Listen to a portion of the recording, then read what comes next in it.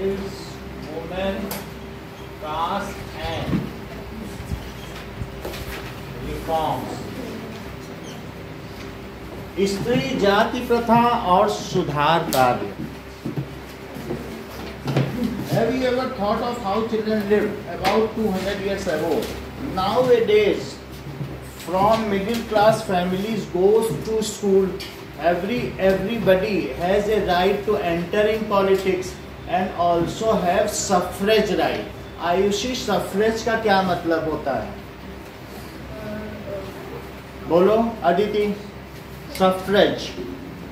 Nowadays we all are having political rights. कोई भी leader बन सकता है, जैसे इंदिरा गांधी, ऐसे आपने बहुत सारे लीडर्स देखे हैं. इवन हमारी प्रेसिडेंट हैं द्रौपदी मुर्मू, वो भी आप देख सकते हैं फीमेल हैं और शेड्यूल्ड ट्राइब से आती हैं. लेकिन पहले 200 साल पहले ऐसा नहीं था. उनको सफ्रेज के भी राइट्स नहीं थे. सफ्रेज का मतलब है राइट टू वोट. सफ्रेज का क्या मतलब है? Right to vote.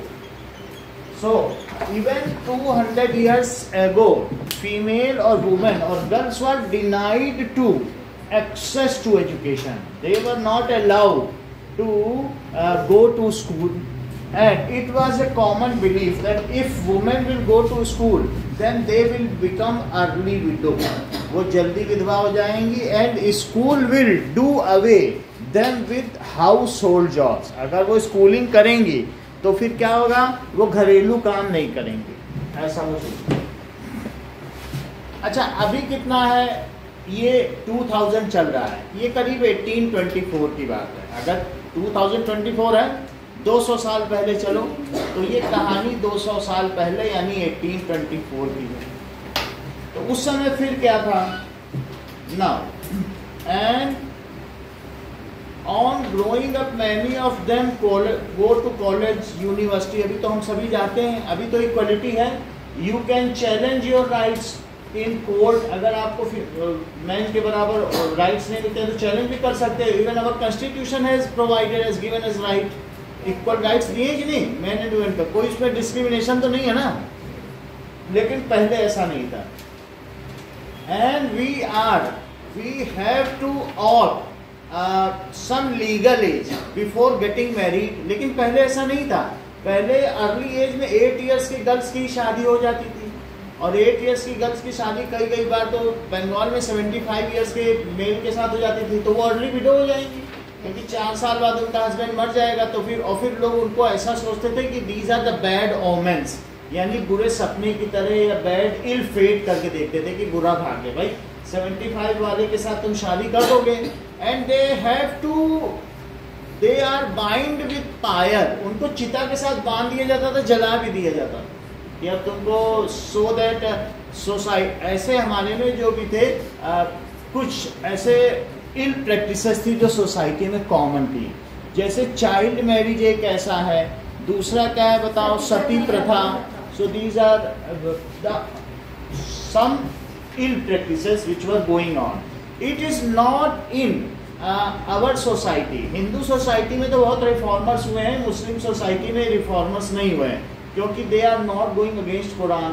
They are thinking that Quran is perfect, and whatever are that is Muslim society ideal, these are based on Quran, need not to be reformed. तो मुस्लिम society क्या सोचती है?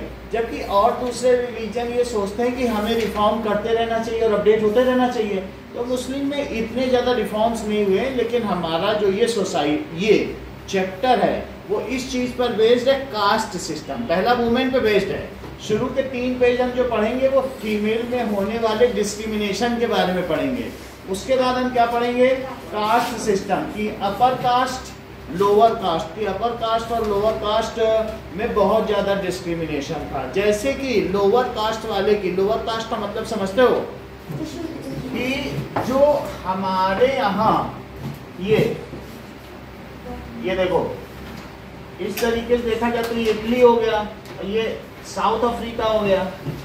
अभी यहाँ पर ये गल्फ कंट्रीज हो गई, और गल्फ कंट्रीज के बाद ये इंडिया हो गया, और यहाँ पर देखा जाए तो ये जापान हो गया, ऐसा हो गया. तो इंडिया में ये देखा गया कि दिस इज मिडिल, ये है यूरोप और दिस इज यूरल माउंटेन। ये क्या है? यूरल माउंटेन, दोनों को अलग अलग करता है। तो एशिया में भी जो मिडिल पार्ट है उसको मिडिल एशिया कहते हैं, मिडिल एशिया। मिडिल एशिया से कुछ लोग गए यहाँ जर्मनी में, जर्मनी यहाँ पे है, तो यहाँ पर प्रूशिया उसका पिछला नाम है और अभी उसका क्या नाम है? जर्मनी। तो वहां पर जो जर्मनी में भी गए वे भी आर्यंस कहलाए। वो क्या कहलाए? आर्यंस। वहां की कुछ हवा बदली हुई थी तो उनकी आंखें नीली हो गई, वो ब्लू आइड आर्यंस थे, ब्लू आइड जर्मन्स थे ना, जो वो ब्लू आइड जर्मन्स थे। तो हिटलर का भी यही चिन्ह था स्वास्तिक, और हमारा भी यही चिन्ह है, यहाँ पर भी आए। तो अभी आपको देखते हो कुछ जब पूजा पाठ होता है तो ऐसा ही चिन्ह होता है कि नहीं, और हिटलर की आर्मी का भी यही साइन था, तो लगभग मिलता जुलता है। अच्छा, वहां पर उन्होंने बहुत कुछ नहीं किया। तो हमारे यहाँ जो आर्यंस आए हैं, what do you mean by Aryans? Arya का क्या मतलब है? जैसे श्री कृष्ण अर्जुन को आर्य पुत्र कहते हैं, इसका मतलब क्या है? What does it mean by Aryans? श्रेष्ठ। आर्य का मतलब क्या होता है? श्रेष्ठ। श्रेष्ठ का क्या मतलब है? सुपीरियर। तो जो आर्यंस यहाँ पर आए, तो यहाँ के जो इंडिजीनस लोग थे, इंडिजीनस का मतलब यहाँ रहते थे, वो आदिवासी थे कि नहीं, अपना खाते पीते थे, खेती करते थे, तो दीज वर इंडिजीनस। यहाँ के लोगों को क्या कहा जाएगा? इंडिजीनस। ऐसा नहीं है कि इंडिया के लोगों को इंडिजीनस कहा जाएगा, जो जहाँ के निवासी हैं। अगर यहाँ का भी है अफ्रीका तो वो इंडिजीनस माना जाएगा। The pure inhabitant of any region is called indigenous. जो वहाँ के घरेलू प्रजाति होती है, एक एक्सोटिक होता है जो विदेशी होते हैं, और एक होता है इंडिजीनस। तो जब आर्यंस यहाँ पर आए तो उन्होंने क्या किया, यहाँ पर बहुत सालों तक तपस्या की हिमालय में, और क्या किए बोलो? 4 वेद लिख दिए, ऋग्वेद, यजुर्वेद, सामवेद, अथर्ववेद, 18 उपनिषद लिख दिए, इसी तरीके से 6 पुराण लिख दिए, न जाने कितने एपिक्स लिख दिए, और उसमें बहुत शोध कार्य किया तपस्या करने पर, और अपने आप को वो ब्राह्मण से समझने लगे। सुपीरियर का मतलब उन्होंने बहुत ज्ञान प्राप्त कर लिया। फिर उन्होंने जो यहाँ के लोग थे उनको देखा कि दीज आर इलिटरेट, इनको तो कुछ आता नहीं है, तो उन्होंने उनसे कहा कि तुम मेरी सेवा करोगे, we will accept you within our society, but you are Shudras. तुम कौन हो? Some of the Aryans fought with them. तो कुछ आर्यंस तो केवल तपस्या कर रहे थे, उन्होंने खुद को ब्राह्मण्स कहा, लेकिन अब अगर उनको जमीन कहीं चाहिए तो क्या उनको लड़ाई नहीं करनी पड़ेगी? तो उन्होंने यहाँ के इंडिजीनस लोगों से, इंडिजीनस ही SC ST हैं, शेड्यूल्ड कास्ट और शेड्यूल्ड ट्राइब कौन है? इंडिजीनस लोग हैं। तो जो लोग उनकी सेवा करने लगे वो शूद्र हो गए, और जो लोग तपस्या करने लगे, पूजा पाठ करने लगे, वो क्या कौन हो गए? ब्राह्मण्स। तो ब्राह्मण्स हो गए ब्राह्मण्स। और दूसरा अब हमने बताया क्षत्रिय। तो क्षत्रिय चतुर्वर्ण व्यवस्था है, 4 वर्णों की व्यवस्था है, जिसने लड़ाई की। अच्छा, कुछ क्या करने लगे? एक्सचेंज करने लगे, मटेरियल का, मनी लेंडिंग करने लग गए, तो वो वैश्य कहलाए। वैश्य का मतलब बनिया। जो लोग व्यापार करते हैं या महाजन कहलाए, वो क्या कहलाए? वैश्य। और जो इन तीनों वर्णों की सेवा करते हैं, इनके घरों में काम करते हैं, क्लीनिंग करते हैं, सड़कों की सफाई करते हैं। पहले तो मैला ढोने की भी प्रथा थी, जो ह्यूमन शिट होता है उसको उठा के फेंका जाता था, तो अभी तो ऐसा नहीं है, आजकल तो सीवेज सिस्टम है। सो दे वर नाउ फेल्ट अनटचेबल कि ऐसा काम कर रहे, वरना तो उन्हीं की सेवा कर रहे हैं, लेकिन उनको क्या माना गया कि 14 थे, बोलो शूद्र। तो जो शूद्र, हाँ बोलो, ब्राह्मण की स्पेलिंग गलत, बोलो BH है, ब्राह्मण यहाँ भी अच्छा आएगा नहीं सर, R के बाद AH। अच्छा, ब्राह्मण, ये चीज हो गई। तो अब ये हमारे यहाँ जो सिस्टम था, इसमें जो डिस्क्रिमिनेशन था वो वर्टिकल डिस्क्रिमिनेशन था। वो सुपीरियर, उससे लेस सुपीरियर, ये उससे लेस। इवन जो क्षत्रिय लोग भी थे वो ब्राह्मण का सम्मान करते थे। तुमको मालूम है, ये जो चंद्रगुप्त मौर्य, तुम बिहार की हो, तो वहां पर भी जो चाणक्य थे और इन सबका वो लोग बहुत सम्मान करते थे, और उनकी सभा बुलाई जाती थी, जो बहुत अच्छा ज्ञान का संवाद होता था, फिर इन्हें पुरस्कार दिया जाता था। समुद्रगुप्त, चंद्रगुप्त, अशोक, विक्रमादित्य सभी जगह, इवन राम ने भी बोला था कि हमारे यहाँ ब्राह्मण और गाय की हत्या नहीं की जाती। जब उनका परशुराम के साथ संवाद हुआ था, बोला भले ही आप कुछ भी हो, हम मार नहीं सकते आपको क्योंकि आप ब्राह्मण हैं। तो इस तरीके से इनको सभी लोग सुपीरियर मानते थे। अब यहाँ पर जो लोग थे वो कौन से थे? इंडिजीनियस लोग। फिर धीरे धीरे इन लोगों ने कहा कि अब कॉलोनियल रूल आ गया है, चलो जल्दी जल्दी क्रिश्चियनिटी में बदलो। थोड़े दिनों पहले तुमको मैंने बताया था मैकाले की शिक्षा पद्धति आई थी, तो Shudras were unwilling to fight against colonial system. उन्होंने कहा हम कॉलोनियल सिस्टम से क्यों लड़ाई करें, हम खुद ही क्रिश्चियन बन जाएंगे और इनका धर्म तो हमसे अच्छा है, कम से कम डिस्क्रिमिनेशन तो नहीं करता है। अदरवाइज इसी चैप्टर में लिखा गया है कि ब्राह्मण से कहा गया है कि you are now cheating us, you are saying that get united और after unity we will expel them out, हम ब्रिटिशर्स को बाहर भेज देंगे and then again you will start discriminating with us, then why we will fight with the Christians? We will not fight, we will better convert into Christianity. हम Christian से क्यों fight करें, हम क्रिश्चियन ही बन जाते हैं। इवन बुद्धिज्म में भी जाति और वर्ण व्यवस्था को गलत कहा गया था। तो बहुत सारे जो देखो, तुम आयुषी ये बताओ शेड्यूल्ड कास्ट और शेड्यूल्ड ट्राइब में क्या अंतर समझती हो?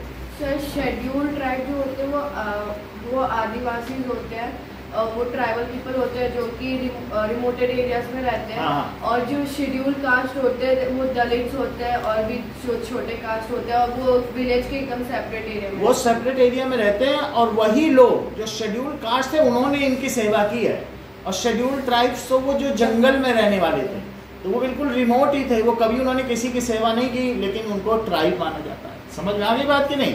और जो जैसे कॉबलर हो गए, मोची हो गए, लोहार हो गया, नाई हो गया, ये सब जो भी काम करते हैं ना छोटे, या कोई भी जो आर्टिजन्स श्रमिक लोग होते हैं, आर्टिजन्स का मतलब श्रमिक, मूर्तिकार, तो ये सारे जो भी लोग होते हैं वो सारे इसमें आते थे। तो अब दूसरी चीज हम इस चैप्टर में क्या पढ़ने वाले हैं? Caste system. कास्ट सिस्टम से जो शूद्रास थे उन्होंने कैसे अपने आप को बचाया, हाउ दे केप्ट अवे, बताओ जरा सृष्टि। सर वो कॉलोनियल रूल से अपने आप को उनसे फाइट नहीं करना चाहते थे और वो अपने आप को क्रिश्चियनिटी में बदल दिया ताकि उनको कोई ठोस ना पहुंचे। ताकि तो सिर्फ ऐसा ही नहीं कि उन्होंने उसी में बदला, इसके अलावा भी उन्होंने ना खुद को बुद्धिस्ट में भी बदल लिया। आपको मालूम है जो भीमराव अम्बेडकर थे वो क्लासरूम के बाहर पढ़ते थे जमीन में बैठ के, और वो बाद में उन्होंने बुद्ध धर्म ही अपना लिया। जय भीम जय बुद्ध का नारा है। अभी भी जो लोग हैं ना, चंद्रशेखर इनके कम्युनिटी के लीडर हैं, आजकल के नए पॉलिटिकल लीडर, तो वो बुद्ध की पूजा करते हैं, कहते हैं बौद्ध धर्म में कोई वो नहीं है इसलिए हम बुद्धिस्ट को अपनाएंगे। बात समझ में आ गई? क्रिश्चियनिटी में भी ऐसा कुछ नहीं था तो उन्होंने अपना लिया। अब क्रिश्चियंस लोगों ने इनको पैसा दिया कि भाई जो बदलेगा उसको 2000 रुपए देंगे, कुछ ऐसा घर देंगे, ऐसे ऐसे करके इनको प्रलोभन दिया। श्वेतांबर दिगंबर जैन में है, और जैसे हीनयान और महायान है। बुद्ध की जो कुछ बुक्स हैं उसमें स्क्रिप्चर्स में लिखा गया कि भगवान बुद्ध शूद्र के घर में पैदा नहीं होते, ऐसा लिखा है। लेकिन फिर भी जो प्रथम दृश्य प्राइमा फेसी उस समय लोगों ने देखा कि बुद्ध धर्म में लोगों में इतना डिस्क्रिमिनेशन नहीं है, और भगवान बुद्ध ने भी बहुत ऐसे लोगों को अपने धर्म में शामिल किया था जो शूद्र थे, और सब उनके से एक जैसे रहते थे। वैसे जो बुक्स लिखी गई स्क्रिप्चर्स में लिखा गया कि वो बड़े श्रेष्ठ घरों में पैदा होते हैं। फिर भी जो उस समय की प्रैक्टिस थी, बुद्ध में कोई वो नहीं था। तो बुद्ध में भी ऐसा है, जैसे आपने देखा एक जैन धर्म में है जो कहते हैं श्वेतांबर, सफेद कपड़े पहनते हैं जैन लोग, और कुछ लोग कपड़े ही नहीं पहनते। जैसे महावीर स्वामी नहीं थे, उनकी मूर्ति देखी है आप लोगों ने, वो बिना कपड़ों की होती है, दिक अंबर। वो बोलते हैं ये संसार ही अंबर है तो हम क्यों कपड़े पहने। अंबर का मतलब कपड़ा होता है। तो एक होता है दिक अंबर, संसार ही अंबर है, और एक कहते हैं श्वेत अंबर, हम सफेद कपड़े पहनेंगे। However it is a little difference. वो नेचर के साथ रहना चाहते हैं, और एक सफेद कपड़े, ज्यादातर जैन मुनि सफेद कपड़े पहनते हैं और मुंह में पट्टी लगाते हैं जिससे बैक्टीरिया भी ना मरे, और पैर में चप्पल नहीं पहनते कि एक कोई भी चींटी भी ना मरे। और वो जमीन के अंदर का भी कुछ नहीं खाते हैं कि क्योंकि जमीन के अंदर बैक्टीरिया होते हैं, हम उसे खाएंगे तो वे मर जाएंगे, तो इसलिए वो ऐसा नहीं करते हैं। और शाम को भी नहीं खाते हैं खाना सूर्यास्त के बाद, क्योंकि सूर्य तो सभी कीटाणुओं को मार देता है, और सूर्यास्त के बाद वे कीटाणु रह जाएंगे, फिर वो हम मारे तो ये अच्छा नहीं। तो वो किसी छोटे से छोटे बैक्टीरिया को भी नहीं मारना चाहते, वो तो अलग बात है। लेकिन तो हमारे यहाँ के जो शूद्र थे वो फिर किस में बदल गए बताओ, कौन से धर्मों में बदल गए बोलो? और बुद्धिज्म में बदल गया, क्योंकि बुद्धिस्ट में उस समय ऐसी कोई इल प्रैक्टिस नहीं थी, नया नया रिलीजन बना था और वो अफोर्ड नहीं कर सकता था, उसने भारत में डिस्क्रिमिनेशन देखा था, तो बुद्ध धर्म में वही अट्रैक्ट होंगे, अदरवाइज पंडित क्यों अट्रैक्ट होंगे? जो हाई पोजीशन में हाई प्रोफाइल है वो दूसरे धर्म में जाएगा, जिसको समाज में सम्मान है। जो समाज में एक्सपेल्ड है, डिस्क्रिमिनेटेड है या मार्जिनलाइज है, वही तो जाएगा ना। तो वो लोग चले जाने लगे, और कुछ लोग तो ऐसे थे जो मुस्लिम धर्म में भी कन्वर्ट हो गए। तो छोटी जात के जो लोग थे, जब बाबर अकबर आया और उसने आग दिखाई, उसने कहा हमारे धर्म में बदल जाओ, और नहीं तो तुमको क्या करना पड़ेगा कि धार्मिक कर देना पड़ेगा। तो एक टैक्स होता था रिलीजियस टैक्स, जो हिंदू हैं उनको क्या करना पड़ेगा? रिलीजियस टैक्स देना पड़ेगा। तो इन लोगों के पास पैसा था ही नहीं, बोले हम कहाँ से टैक्स देंगे, इससे अच्छा मुस्लिम ही बन जाते हैं। तो बहुत मुस्लिम बन गए, बहुत सारे। तो आज जो दूसरे रिलीजन के लोग हैं वो प्योरली मुस्लिम नहीं है, क्योंकि बाबर अकबर तो अरब से आए थे। अरब के लोगों को देखो कैसे लंबे चौड़े गोरे होते हैं, क्या यहाँ के मुस्लिम ऐसे हैं? तो इसका मतलब है कि वो लोअर कास्ट से बने हुए। यहाँ के क्रिश्चियंस क्या तुमको गोरे दिखते हैं? सब काले काले हैं, तो वो कहाँ के हैं? यहीं के शूद्रास तो हैं। तो उन्होंने इस तरीके से अपने आप को बदल लिया। तो दूसरी चीज हम इस चैप्टर में ये पढ़ने वाले हैं कि कास्ट सिस्टम जो खराब था उसको किस किसने, हु आर द रिफॉर्मर्स। और एक और बात है, जब यहाँ से आर्यंस आए तो नॉर्थ इंडिया में तो उन्होंने अपने आप को वेल स्टेब्लिश कर दिया। जब साउथ में जाने लगे तो वहाँ एक पेरियार फैमिली थी, तो उसने कहा कि हमारे यहाँ द्रविडियन कल्चर है। वहाँ की संस्कृति कौन सी है? Dravidian also speak Sanskrit. उनके भी जितने भी हैं, देवी स्तुति हो या सब, वो क्या करते हैं? संस्कृत स्पीकिंग है। तो संस्कृत स्पीकिंग होने पर भी वो आर्यंस से उनका एक टकराव हो गया, क्योंकि दे फील देमसेल्फ सुपीरियर। अब वो द्रविडियंस भी तो इंडिजिनस थे, उन्होंने कोई वेद थोड़ी ना बनाए। आपको मंदिर तो सबके हैं, लेकिन क्या उन्होंने कोई वेद बनाए, कोई पुराण बनाई? तो जब ये वहां जाने लगे, इवन जब अंग्रेजों ने बोला कि हम सरकारी नौकरी निकालेंगे, दैट इज गवर्नमेंट सर्विसेज, तो 3% ब्राह्मण वहां पहुंचे थे, सारी सरकारी नौकरी खा गए। ये से दिमाग के। तो इन्होंने, अब वहां के लोग सोचने लगे हमारे लिए निकली थी, ये बाहर से आए हैं थोड़े लोग। तो वहां के लोगों ने इनके अगेंस्ट फाइट करना शुरू कर दिया। जहां जहां हिंदी में लिखा था सब, अभी भी जाओगे साउथ इंडिया में या मद्रास में, चेन्नई में, सब काला काला पोता हुआ है। जहां पर भी रेलवे स्टेशन में हिंदी में चेन्नई लिखा होगा तो काले से पोत देंगे। दे वर सो अगेंस्ट आर्यंस कि यहाँ की इंडियन लैंग्वेज है, आर्यंस की हिंदी थी। क्योंकि वो जो संस्कृत है उसके साथ अगर संथाली लैंग्वेज मिला दी जाए, संथाली यहाँ की लोकल लैंग्वेज थी, तो वो मिल करके हिंदी बन गई। ठीक है, तो फिर तो साउथ में इनका द्रविडियन और आर्यन का जो फाइट है वो अभी भी चल रहा है। समझ में आ गई बात? तो वो भी हम इस चैप्टर में पढ़ेंगे।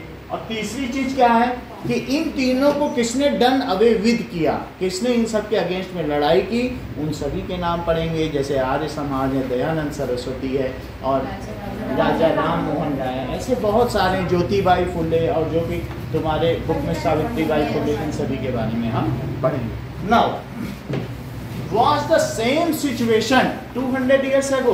तो 200 साल पहले क्या ऐसी स्थिति थी? तुम इस चित्र में क्या देख रहे हो? That is सती। तो यहाँ पर दिखाया जा रहा है कि जिसका पति वो it is getting perished or burnt in fire, उसको पीछे से कुछ लोग धक्का दे रहे हैं, देखो, और उसको जलाने की कोशिश कर रहे हैं। तो ब्राह्मण उसको कह रहे हैं कि you have to go। तो these are poor people have little or no access to education।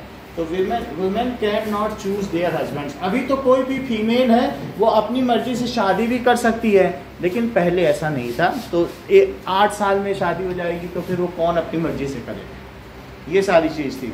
Now those women who praise to who opt to death with their husband, जो जल जाती थी उनकी प्रशंसा की जाती थी, फिर उनकी देवी के समान पूजा भी की जाती थी। आपको मालूम होगा यहाँ कहीं सती माता मंदिर भी हैं, बहुत सारे जगह जगह बने हुए हैं। तो जो सती बन गई उनकी पूजा हो रही है, but it is in practice, अभी भी उनकी पूजा हो रही है। तो ये सब होता था। नाउ और लास्ट वाली लाइन पढ़ो, it was a common belief that if a girl become educated then that will become an early window, वो जल्दी विधवा हो जाएगी, ऐसा भी माना जाता था। Differences between main and women were not only in society, in most region people were divided along lines of caste। सिर्फ सोसाइटी में ही नहीं था, ये धर्म में भी था, डिफरेंट रिलीजन में भी ऐसा था। तुमको मालूम है कि इवन क्रिश्चियंस में भी ये था। अभी तुम आगे चल के फ्रांस की वो पढ़ोगी, क्या कहते हैं, that is revolution in France, अगले क्लास में पढ़ने जा रहे हो। तो उसमें तुम देखोगे कि जो फ्रांस की लड़कियां थी उनको माना जाता था वो ब्यूटी के प्रतीक थी। तो उनके शरीर में जो कपड़े पहनाए जाते थे उनमें लोहे के तार लगे होते, तो पीछे से 4 लोग पकड़ के खींचते थे कि ये बिल्कुल पतला हो जाएगा, थोड़ा भी ज़्यादा, तो खींचते थे। और वो एक केज की तरह था जिसमें वो रहती थी। जब वो तार हटाए जाते थे, कहीं पार्टी में जाना है कहीं, तो उसके बाद वो लाल पूरी बॉडी पड़ जाती थी। तो इट वाज लाइक केज। तो देवर, और उनको बहुत सारे अधिकार नहीं थे, ना कि सफरेज का भी कोई अधिकार नहीं था। वुमेन, वहाँ की वुमेन ने तो बहुत लड़ाई की। और यहाँ पर भी आप देख रहे हैं मुस्लिम समाज में या कई समाज में तो अभी भी है कि रिफॉर्म्स के लिए स्त्रियाँ लड़ रही हैं। अभी ईरान में आपने देखा कि एक स्त्री का गलती से एक बाल बाहर आ गया था तो उसका सर काट दिया गया। तो स्त्रियाँ कह रही हैं कि एक बाल, अभी भी जैसे किसी भी अफगानी औरत के नाखून दिख जाते हैं तो हाथ काट दिया जाता है। तो female are fighting for their rights, ये तो हम देख ही रहे हैं। Now Brahmins and Kshatriya considered themselves as upper caste, जैसा हमने आपको बता दिया। और ट्रेडर्स एंड मनी लॉन्डर्स किस में आते थे, बोलो? सो दैट इज कुछ others traders are referred placed after them. तो ये बात देखो कि ब्राह्मण्स एंड क्षत्रिय दो ही अपर कास्ट थे। क्षत्रिय वर्ग कंसीडर्ड एज अपर कास्ट। तो ये सनातन धर्म व्यवस्था है और ये किसके द्वारा दी गई है? ये मनु के द्वारा, that is law maker. Manu Brahma के पुत्र थे। ब्रह्मा तो आप जानते हो ना, जो कमल पे बैठे रहते हैं, तो उनके बेटे का नाम क्या था? मनु। तो वो वहां से हिंदू और वैदिक संस्कृति मानी जाती, तो उन्होंने कुछ लॉज बनाए समाज के। उसी में उन्होंने चातुर्वर्ण व्यवस्था बनाई, 4 वर्णों की व्यवस्था बनाई, जिसको कि आज जाति सिस्टम भी कहते हैं। 4 जातियां हैं ना, वही तो 4 वर्ण हैं। तो उसमें 2 अपर कास्ट हो गई।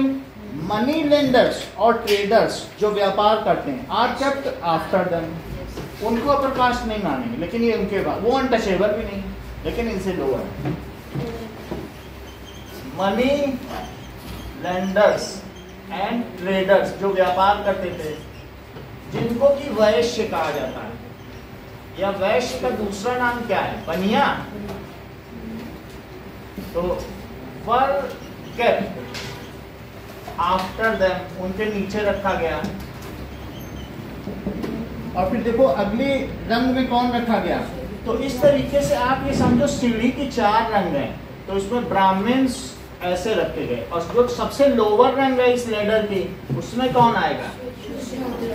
शूद्र, और that is Vaishya and this क्षत्रिय।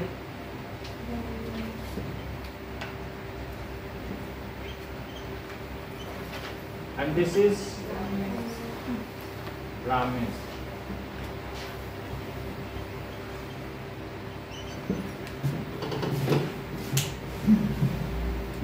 वैसे बात बहुत कुछ कही गई है संस्कृत में कि सभी एक समान है, लेकिन उस व्यवस्था को वो लोग मानते नहीं थे कि विद्या विनय संपन्ने ब्राह्मणे गविहस्तिना शुनि च स्वपाके च पंडिता समदर्शिना। विद्या से विनय से संपन्न ब्राह्मण में, गाय में, हाथी में, चांडाल में और चींटी में पंडित पुरुष सब में एक जैसी ही आत्मा देखते हैं। लेकिन वैसा पंडितों के समय में नहीं था। गीता में ही लिखा, लेकिन ऐसा मानते नहीं थे वे अपने आप को, है ना, 4थे अध्याय में कहा गया। चांडाल का मतलब जो लाशों को जलाते हैं, तो उनको, उनके लिए अभी बुक में चांडाल वर्ड भी आया है इसी चैप्टर में, तो वो देखो। अब देखो, तो पीजेंट्स, आर्टिजन्स, वीवर्स, पॉटर्स, शूद्र कौन थे? जरा देखो कौन कौन थे, बोलो। पीजेंट्स, पीजेंट्स का क्या मतलब है? जो किसानी का काम करते हैं, खेती करते हैं, पीजेंट्स। आर्टिजन्स का क्या मतलब है? श्रमिक, मेहनत कश। आर्टिजन्स, पॉटर्स, कुम्हार।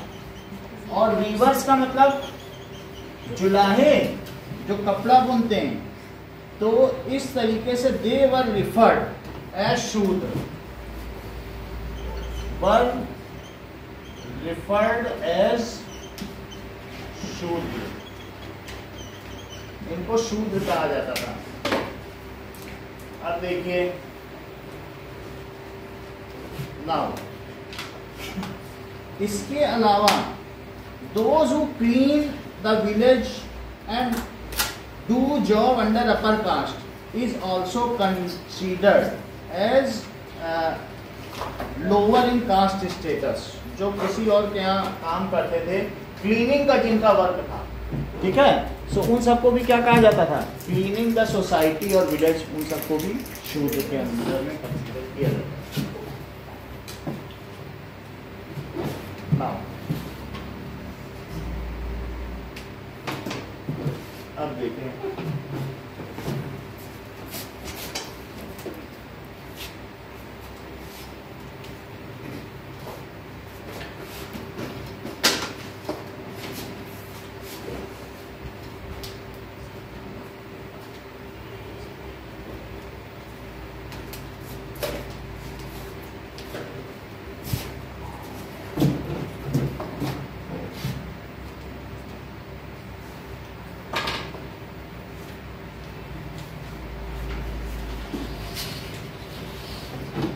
कंपास है किसी के पास है?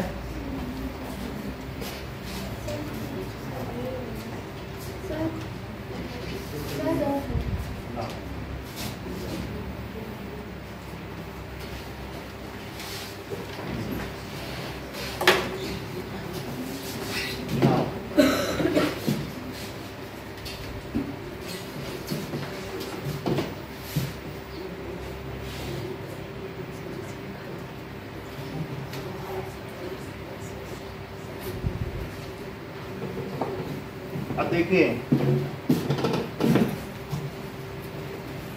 सो untouchable, Shudras were untouchable, they are not allowed. जैसे ज्योतिबाई फुले, इन सब में, सावित्रीबाई फुले में भी आपने देखा, they were not allowed to bathe in the water bodies in which Brahmins bathe. Other 3 caste जिसमें नहा रहे हैं उसमें वो नहीं नहा सकते थे। इसके अलावा they are not allowed to enter in temple premises, मंदिर में नहीं जा सकते थे। They were not allowed even to go to school, schooling की भी सुविधा नहीं थी।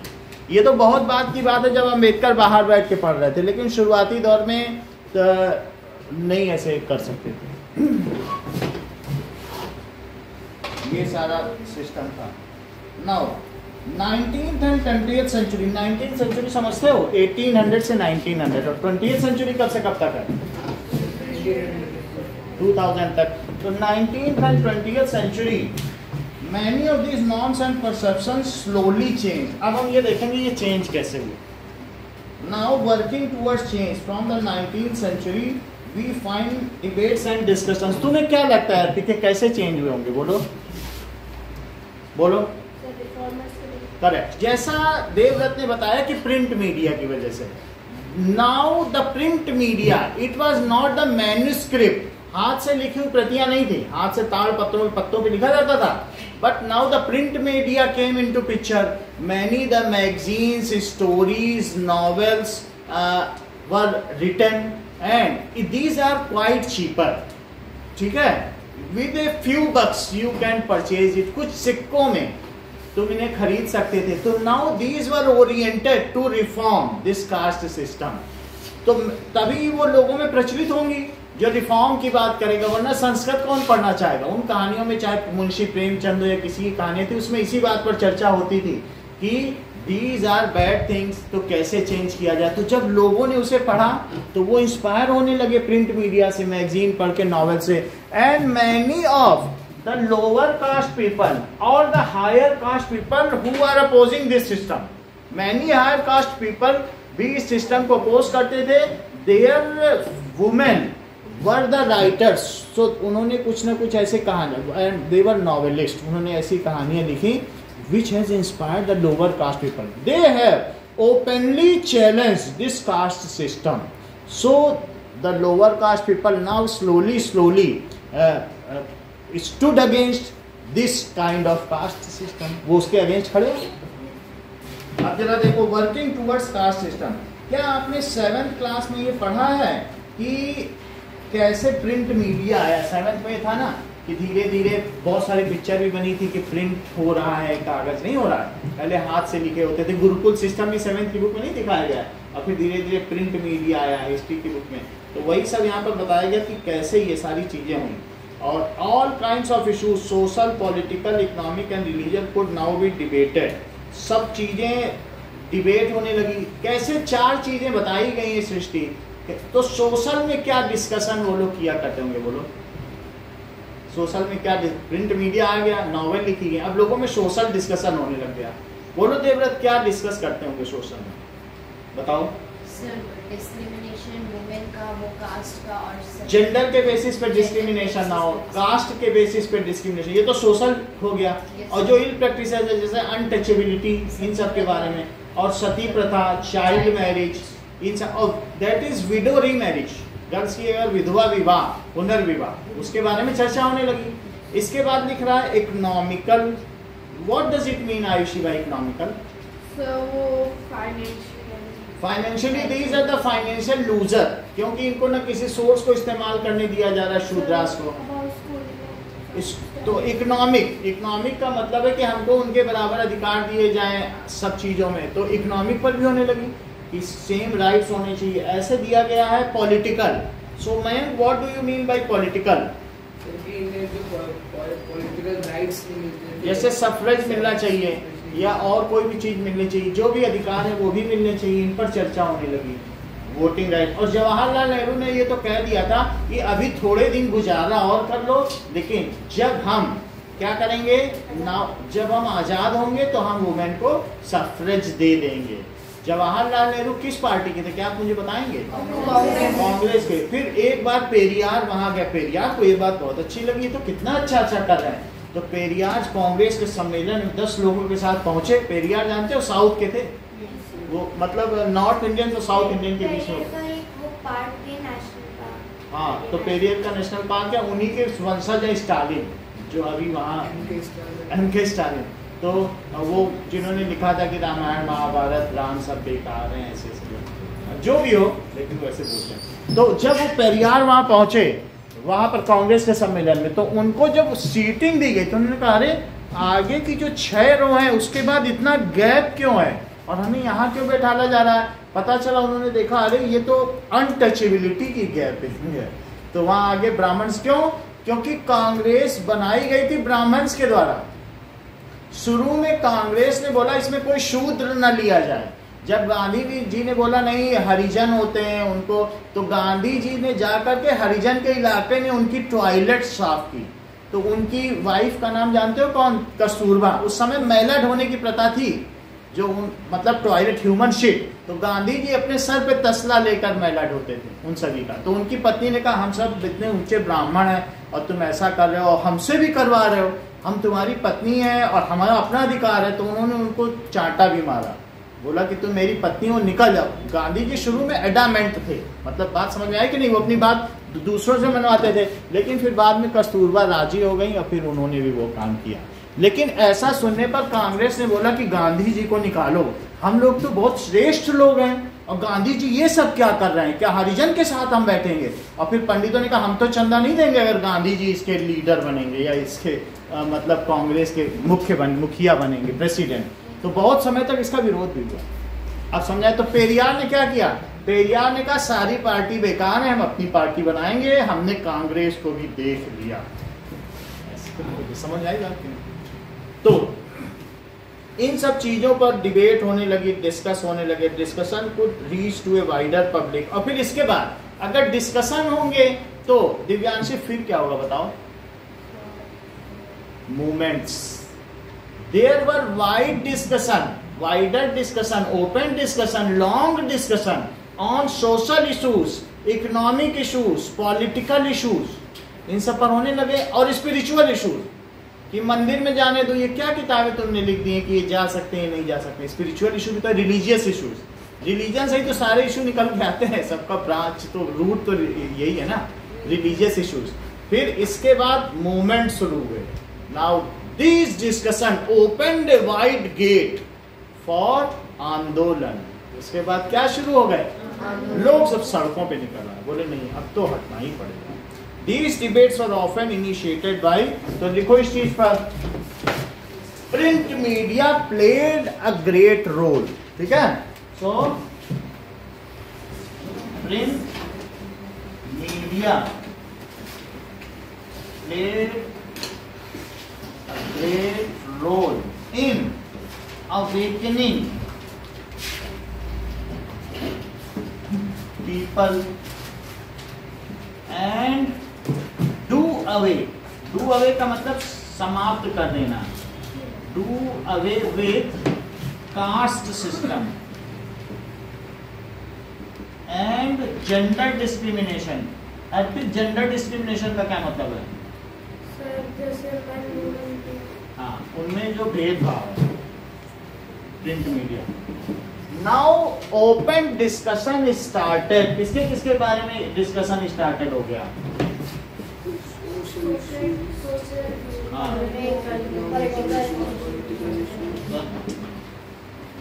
Started about social, political, economical and चौथा बुक में क्या लिखा?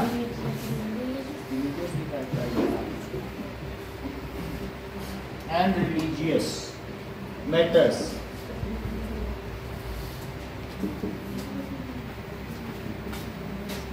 Now this has taken shape of movements। This has taken shape of many authors and authoress। authoress का मतलब लेखिकाओं ने, ठीक है, written novels on subject of this ill practice। उसके बारे में नॉवेल्स लिखी। नाउ सर वो भी ब्राह्मण से थी। ब्राह्मण से थी, ज्यादातर ब्राह्मण लोग चोरी चोरी शूद्रास के साथ चाय पीने लग गए थे। बोले हमें विरोध करना है। राजा राम मोहन राय 4-5 शूद्रास को साथ में बुलाते थे, उनके साथ चाय पीते थे, खाना खाते थे कि हमें इस प्रैक्टिस को हटाना है। तो पहले अपने बीच में प्रैक्टिस हटाया, फिर धीरे धीरे वो कॉमन हो गई। ये अब देखो ना,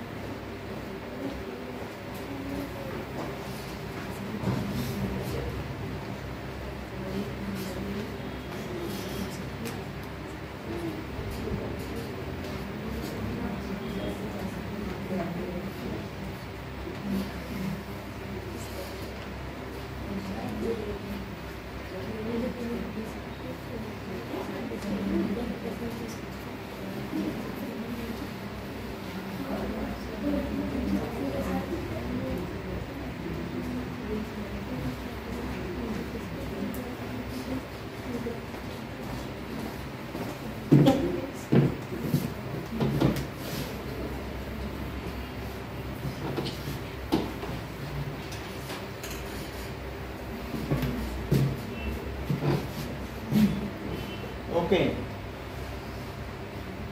so these were often initiated by reform groups, reformer was, so such movements was initiated by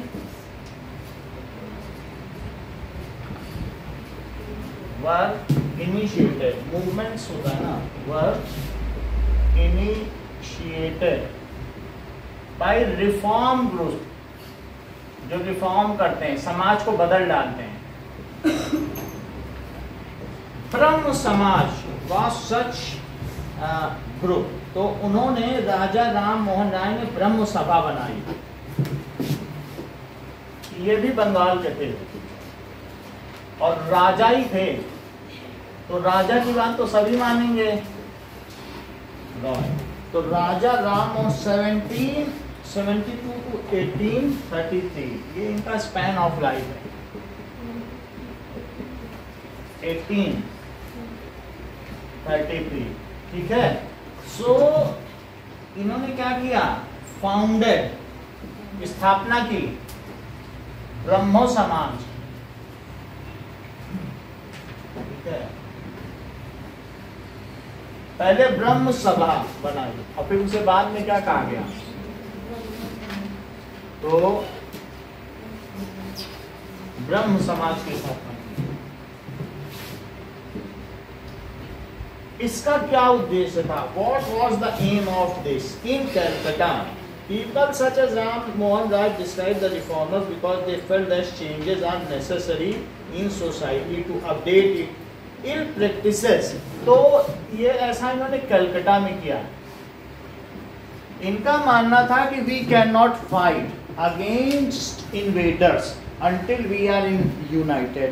And how can we be united? पलक हम united कैसे सकते? Only if हाँ, इनका मानना था अगर हम कास्ट सिस्टम को एबॉलिश करेंगे तभी यूनाइट हो सकते हैं। कास्ट सिस्टम के साथ यूनाइट हो सकते हो क्या? नहीं हो सकते हो। तुम तो छाया पड़ जाती है तो नहाने चले जाते हो, उसको सजा देने लगते हो शूद्र को कि तो उसकी छाया पड़ गई, हम अपवित्र हो गए। ऐसे में तुम कैसे यूनाइट हो गए? सो ही स्टेटेड दैट, इन्होंने क्या स्टेट किया, जरा पढ़ो बुक में, कि changes are necessary for society. तो इन्होंने ओल्ड प्रैक्टिसेस को उन्होंने stated that old ill practices are to be left या अबंडन। लेफ्ट भी ले सकते हो और अच्छा तो है कि छोड़ दो, अबंडन, ठीक है, to make society modern.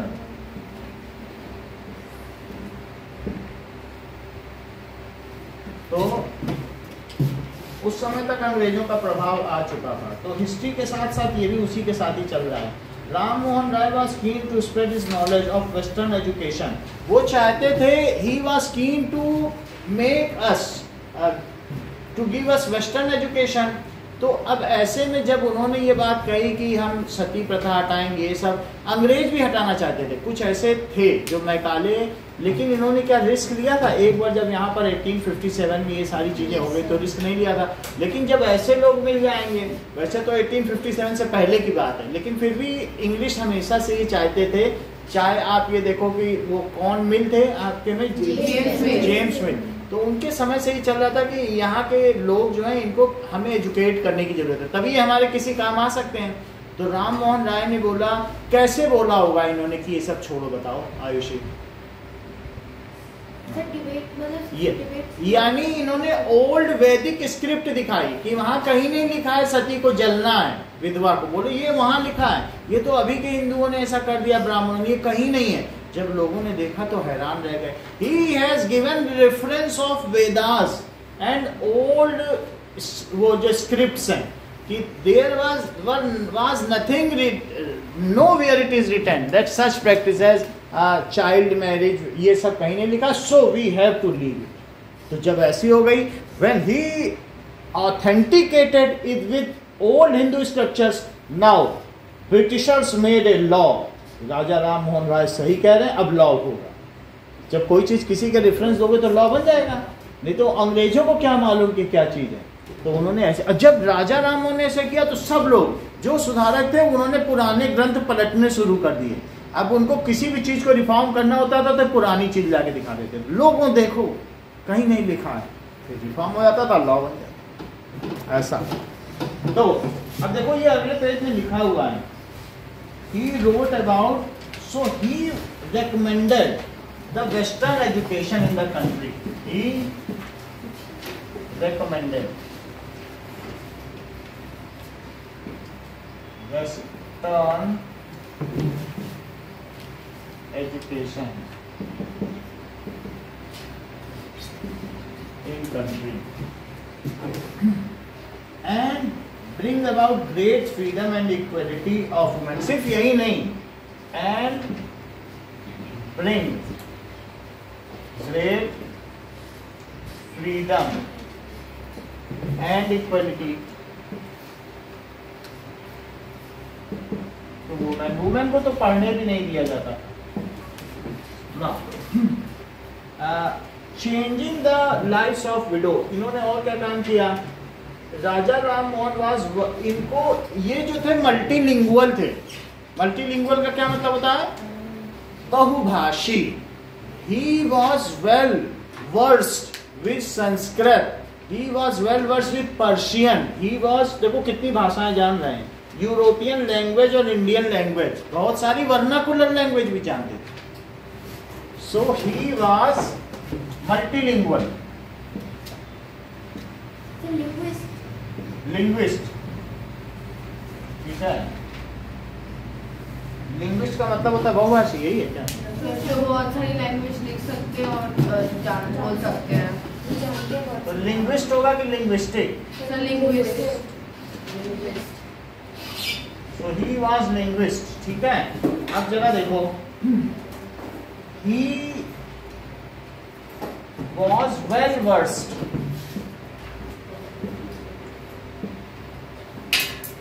with vernacular language, vernacular भी जानते थे, देसी भाषाएं।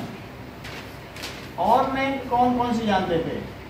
पर्शियन और इंग्लिश संस्कृत यूरोपियन लैंग्वेज भी जानते थे ना, यूरोपियन में बहुत होती है, जर्मन ये सब, अरेबिक भी जानते थे, एंड संस्कृत लैंग्वेज, ये सब जानते थे। नाउ क्या? ओके, तो संस्कृत और इन सबको जानते थे। इसके अलावा now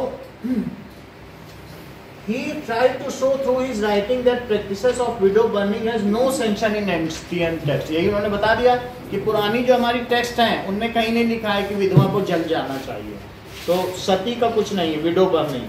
Many British officials also began to criticize Indian tradition and custom. They were therefore more than willing। जब उनकी बाध्यता थी, अब तो उन्हें राजा राम मोहन राय को मानना ही होगा, क्योंकि राजा राम मोहन राय वो रेफरेंस दे रहे हैं, अब आसानी से उन सबको हटाया जा सकता है, अदरवाइज वो उसे रिस्क समझ रहे थे। Now 1829 सती प्रथा was banned। So जो ब्रिटिश रूल banned सती प्रथा in 1829, which was due to effort of राजा राम मोहन राय।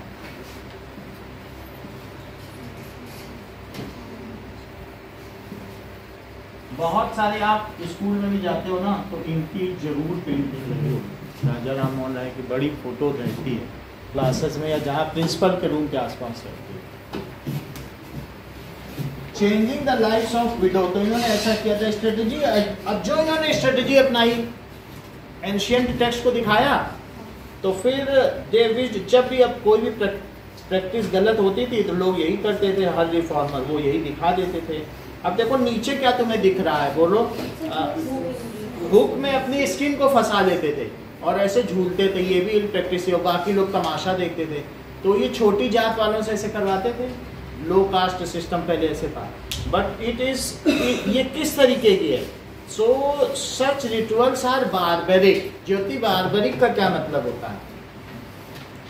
ये बहुत ही कर्कश, मतलब बारबेरिक का मतलब निर्दयी प्रैक्टिस है, दया नहीं है इसमें। ऐसे स्किन में लगा दो हुक और वो ब्लड निकलता रहे, तो बारबेरिक एक्ट नहीं होता। जैसे किसी को क्रूरता, क्रूर समझते हो ना, तो ये क्रूरतापूर्ण, ऐसा ब्रिटिशर्स कहते थे, और इस प्रैक्टिस का भी अंत हो गया। ये पहले के मेले में बहुत चलती थी। तो ये कौन सा है? Popular festival. तो इस फेस्टिवल में हुक स्विंगिंग फेस्टिवल नाम था, हुक स्विंगिंग फेस्टिवल, तो ये भी बंद हो गया। We first tie them down to pile। Ayushi, इसका क्या मतलब है इस हेडिंग का, जो अलग से एक लिखा हुआ मार्जिन में, बोलो। तो ये बात देखिए, इसका मतलब बताओ, इसमें क्या लिखा होगा? सिर्फ इतना ही बता दो, ज्यादा नहीं है। फलक बताओ, इसमें क्या लिखा हो सकता है?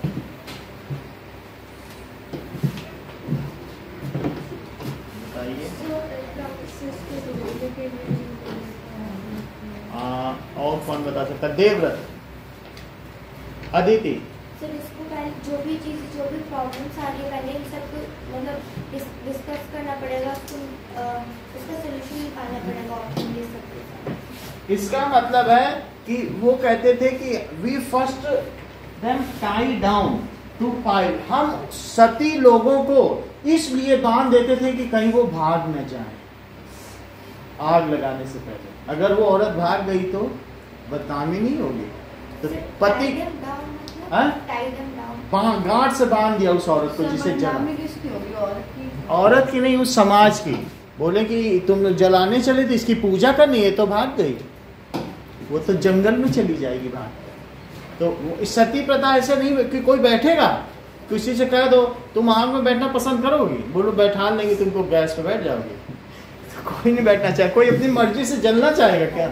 तो वो कहते थे कि otherwise there is a chance that she might escape from the burning. कौन जलना चाहेगा भाई? कि सबको अपनी जान प्यारी, कोई ऐसे मरना चाहेगा एक सामान्य व्यक्ति? तो इस तरीके से लिखा है। अब इसमें दो एडवोकेट हैं, एक उसका समर्थन कर रहा है और एक विरोध कर रहा है, तो इस तरीके से डिबेट हो रहा है। तो जरा डिबेट को पढ़ो। एडवोकेट कह रहा है women by nature are inferior. तो वुमेन, पैगंबर मोहम्मद ने भी कहा है कि औरत के पास दिमाग नहीं होता, इसलिए पुरुष को उसके साथ जाना चाहिए। इस्लाम धर्म में ये ओपनली ये बात कही है, ठीक है। और जहां भी वो जाएगी उसके साथ कोई पुरुष होना ही चाहिए, चाहे मार्केट जाए कहीं, अगर वो अकेली निकलेगी तो सर काट दिया जाएगा। ये सभी जगह, सभी इस्लामिक कंट्रीज में, 52 इस्लामिक कंट्रीज है सब जगह।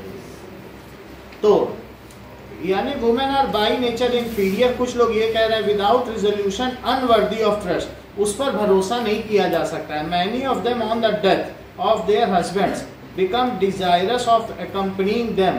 अगर उनके हस्बैंड की डेथ हो जाएगी तो बहुत सारे लोग उस औरत को पाने का लालच करेंगे। And but to remove every chance, और कहीं ऐसा ना हो कि वो औरत भाग न जाए जलती हुई चिता से, इससे अच्छा है कि उसे बांध दो जलाने से पहले, तब वो भाग नहीं पाएगी ना। अब कुछ लोग दूसरे कह रहे हैं अपोनेंट ऑफ सती। बताओ दिव्यांशी, अपोनेंट इस प्रथा के विरोधी क्या कह रहे होंगे? बोलो, जो विरोध में क्या कहेंगे? बोलो कि इनके साथ हमेशा ऐसा ही होना चाहिए और इन्हें हमेशा बांध देना चाहिए। अरे नहीं, एक एडवोकेट करा, दूसरा अपोनेंट है वो। अब उसको उसकी बात काटो ना, जो पहले वाले ने कहा, काटो उसकी बात। गलत है।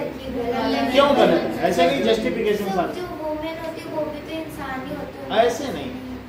You are not giving women a chance of schooling, then how can you conclude that women are inferior? First give them chance of schooling, first give them equal rights. If they are now concluded, if they are proving themselves inferior, then consider them inferior. ना तो तुम इनको school जाने दे रहे हो, ना equal right they रहे हो, ठीक है। You are keeping them in house and concluding yourself that they are inferior. How they are inferior? God has made everybody equal, so you cannot conclude simply on your own sake and for your own benefit that women are inferior. यही बात तो कही होगी opponent ने, और जो एक advocate है वो ऐसे ही बोल रहा है। तो ये बात सही है कि गलत? इसी चीज को नाउ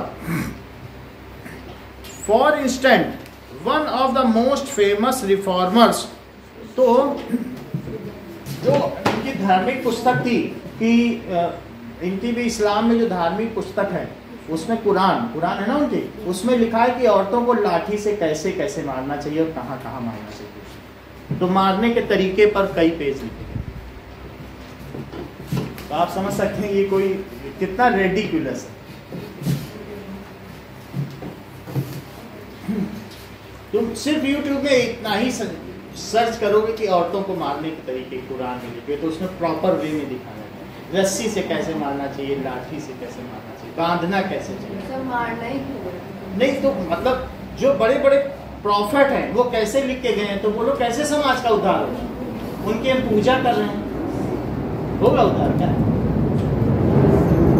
ऐसे समाज का चाहे कहीं पर भी लिखा हो या फिर कहीं पर भी रामचरितमानस में भी लिखा हो कि ढोल गंवार शूद्र पशु नारी सकल ताड़ना के अधिकारी, सब मार के अधिकारी। तो समझ में आ गया कि नहीं? तो इन सभी के लिए तो ये सब काम किया गया। जो स्क्रिप्ट्स थे लोगों ने विरोध किया कि नहीं किया? Now we are enjoying equal rights, और इक्वल राइट्स से हमारे देश का क्या बदलाव पड़ा बताओ? सर वो वृद्धि होगी देश में। भाई देश का डबल इकोनॉमिक ग्रोथ होगी। आधे लोगों को बोलो कि तुम पर्दे में बंद हो जाओ, तो देश का आधी तो तुमने पॉपुलेशन घरे बंद कर दी, तो बोलो इकोनॉमिक ग्रोथ हो पाएगी? और अगर फुल फ्लेज ग्रोथ करनी है तो 2 पहियों से चलने वाली गाड़ी अच्छी चली, वो 1 पहिए से कब तक चला लो? अगर फीमेल पढ़ी लिखी होगी तो उस घर के बच्चे कैसे होंगे? बहुत, एक माँ के पढ़े लिखे होने से पूरा खानदान पढ़ जाता है। माँ के पिता से ज्यादा माँ का पढ़ा होना जरूरी है। Now, for instance, one of the most famous reformers, Ishwar Chandra Vidyasagar, used the ancient text to suggest that widow could remarry. His suggestions were adopted by British officials. अब ईश्वर चंद्र विद्यासागर ने क्या कहा? So, ये भी वही के थे। Ishwar Chandra Vidyasagar advocated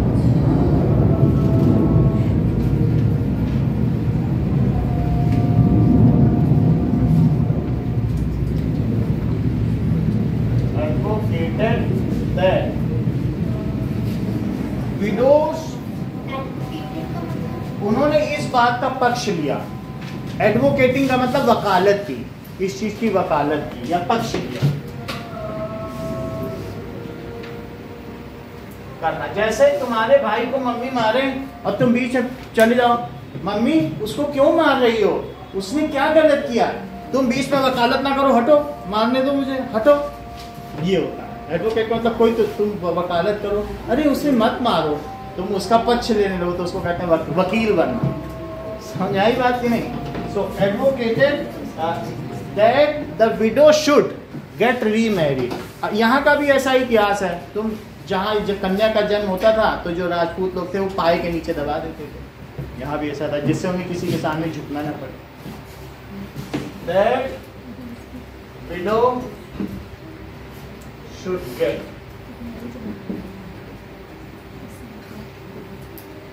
remarried। हरियाणा में भी बहुत थोड़े समय पहले ही तो हरियाणा की हैं, तो 1000 पुरुष पे 800 स्त्रियां ही थी। और भी कई जगह तो और क्रिटिकल है, एक औरत ब्याह के आती थी 4 भाइयों के बीच में। बहुत समय तक ये सिस्टम चला, सभी का। तो जब स्त्री पुरुष दर कम होगी तो यही होगा। चाइना में स्त्रियों की दर कम है क्योंकि वहां पर 1 चाइल्ड सिस्टम पॉलिसी हो गई थी, तो वहाँ के लोगों ने लड़कियों को पैदा ही करना बंद कर दिया, लड़के पैदा करते थे। और वहाँ पर गधों की संख्या भी कम है, तो पाकिस्तान से 2 लाख रुपए का गधा खरीदा जाता था, 12 लाख की औरत, और उसी से चाइनीज सब शादी कर लेते। पाकिस्तान से एक्सपोर्ट करते थे लड़कियाँ शादी के, उससे पाकिस्तान की अर्थव्यवस्था चलती, अभी तक हो रहा है। अब वहाँ 2 चाइल्ड सिस्टम कर दिया, लोगों ने कहा नहीं हमें नहीं करना, रखो अपना 2 चाइल्ड सिस्टम। लोगों की आदत पड़ चुकी है। और बहुत जगह तो ऐसा है, इटली में 6 महीने से कोई बच्चा ही नहीं पैदा हुआ है। वहाँ के लोग कहते हैं बच्चे को कौन पाल लेगा। तो यूरोपियन कंट्रीज, अब इटली इज ऑन डेथ। कई जगह यूरोपियन कंट्रीज में चिंता का विषय। अगर ये महामारी दूसरी जगह फैली तो यूरोप का क्या होगा। जापान की अर्थव्यवस्था इसलिए चरमरा गई है कि वहाँ 100 साल से अधिक लोगों की जनसंख्या 15% हो गई है, सभी बूढ़े हो गए। पहले 100 साल से ऊपर की उम्र पर चांदी की तस्तरी दी जाती थी सरकार की ओर से, अब इतने बूढ़े होने लगे हैं लोग वहाँ पर कि चांदी की तस्तरी देने में सरकार की बजट फेल हो गया। और वहाँ के लोग नमक और चीनी नहीं खाते, इसीलिए 100 साल से ऊपर जीते हैं। उन्होंने 2 चीज़ छोड़ दी, ना वो नमक खाए खा, उन्हें पता चल गया जिंदा कैसे रहना, ज्यादा नमक, दोनों ही चीज छोड़ दी। अब हाँ, तो वो यही 2 चीजें जहर है इंसान के लिए, वो दोनों ही उन्होंने छोड़ दी। इतना ही रखो।